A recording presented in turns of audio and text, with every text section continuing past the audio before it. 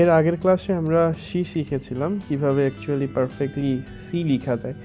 তো আজকে আমরা শিখব ডি কিভাবে পারফেক্টলি লিখতে পারবেন। ফ্র্যাকচার ক্যালিগ্রাফি ডি লেখার অনেকটা সেম এর মতো স্ট্রাকচারটা আছে। সো আমার মনে হয় যদি আপনি এর আগের লেটার্সগুলো একটু ভালোভাবে করে থাকেন তাহলে ডি লেখার জন্য একটা কমন পার্ট পাবেন, যেটা এর আগে আমরা যখন এ করছি বি করছি সেম এরকম স্টেপটা ছিল। সো এইটার সাথেই আমরা এখন জাস্ট ডি এর মতো একটা এক্সট্রা পার্ট কানেক্ট করতে হবে, যাতে অ্যাকচুয়ালি যেটা ডি এর মতো লাগবে, কিন্তু এই অংশটুকু কিন্তু কমন পার্ট যেটা আমরা এর আগে অলরেডি করেছি।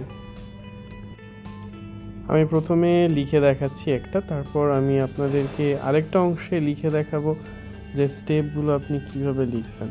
সো প্রথমে অংশটা আমি জাস্ট লিখতেছি আপনাদেরকে দেখানোর জন্য, তারপর আপনাদেরকে আমি আরেকটা লিখে দেখাবো এবং সেইখানে স্টেপগুলো আমি ভাগ করে দিচ্ছি যে কোন অংশে আপনি কখন নেবেন এবং কোনটা আগে নেবেন কোনটা পরে নেবেন, স্টেপগুলো সব আলাদা আলাদা করে ভাগ করে দিব।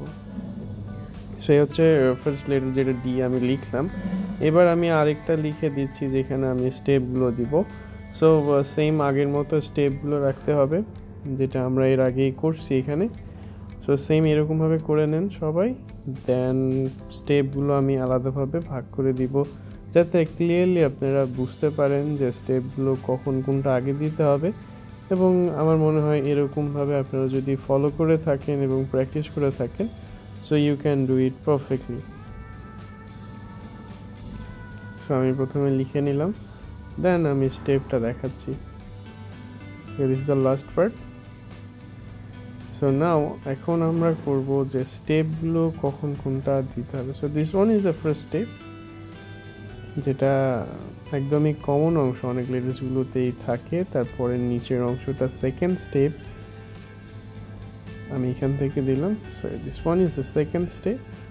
অ্যান্ড দেন ওপরে যে অংশটুকু আমরা প্রথমে একটা ছোট অংশ নিব যেটা থার্ড পার্টের মধ্যে পড়বে, ওই অংশটুকুর মধ্যেই দেন একদম নিচে স্ট্রেট একটা দাগ নিয়ে এসে এটার সাথে কানেক্ট করব, যেটা ফোর্থ নাম্বার পার্ট। সো এই ছিল 4টা স্টেপ, এবং এই 4টা স্টেপ ফলো করলে আপনি ইজিলি ফ্র্যাকচার লেটার্স ডি লিখতে পারবেন। ওকে, সো এইভাবে প্র্যাকটিস করলে আই এম শিওর আপনারা অনেক সুন্দরভাবে লিখতে পারবেন এবং সুন্দরভাবে বুঝতে পারবেন।